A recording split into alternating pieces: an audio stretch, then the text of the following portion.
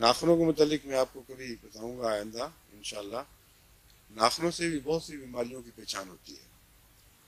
بعض مریضوں میں نے دیکھا ہے اگر ان کے رائٹ سائڈڈ بیماریاں کرونک ہو جائیں تو ان کے ناخنوں کے اوپر، خصوصاً انگوٹھے پر، بعض دوسری انگلیوں پر بھی رائٹ سائڈ پہ قریباً وہی رج آتی ہے جہاں بیماری کی لائن چل رہی ہے۔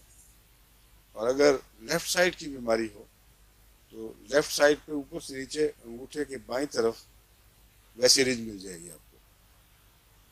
اور اسی طرح رج کا فاصلہ باڈی کے فاصلے کے مطابق اپنی جگہ بدلتا ہے، اور جب آپ ہومیوپیتھک علاج کریں اور شفا ہو تو کچھ عرصے کے بعد حیران ہوں گے کہ کوئی رج باقی نہیں رہی۔ اس لیے یہ خیال کہ یہ وہم ہے اور رج جو ہے وہ اتفاقاً ہو جاتی ہے، یہ درست نہیں ہے۔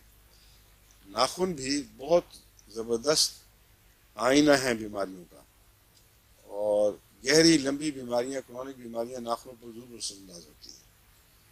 اس لیے ناخن اگر صحت مند دکھائی دیں تو تسلی ہو جاتی ہے کہ مریض ٹھیک ٹھاک ہے۔ اینیمیا بھی ناخنوں سے پہچانا جاتا ہے۔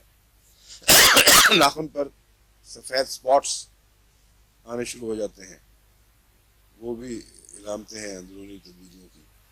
تو ناخن اگر پنک، ہیلتھی اور بھرے رہیں، برابر ہوں، اسموتھ ہوں، تو یہ اچھی صحت کی علامت ہے۔ اسی طرح بعض بیماریاں بالوں سے پہچانی جاتی ہیں۔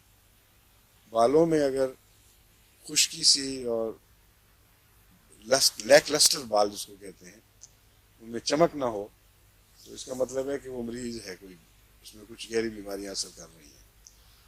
بعض دفعہ بالوں کے کنارے پھٹنے لگتے ہیں، اور جہاں صحت اچھی ہو وہاں بال بہت خوبصورت اور اچھے رنگ کے ہوتے ہیں۔ یہی حال مرغیوں میں ان کے پروں سے پتہ چلتا ہے۔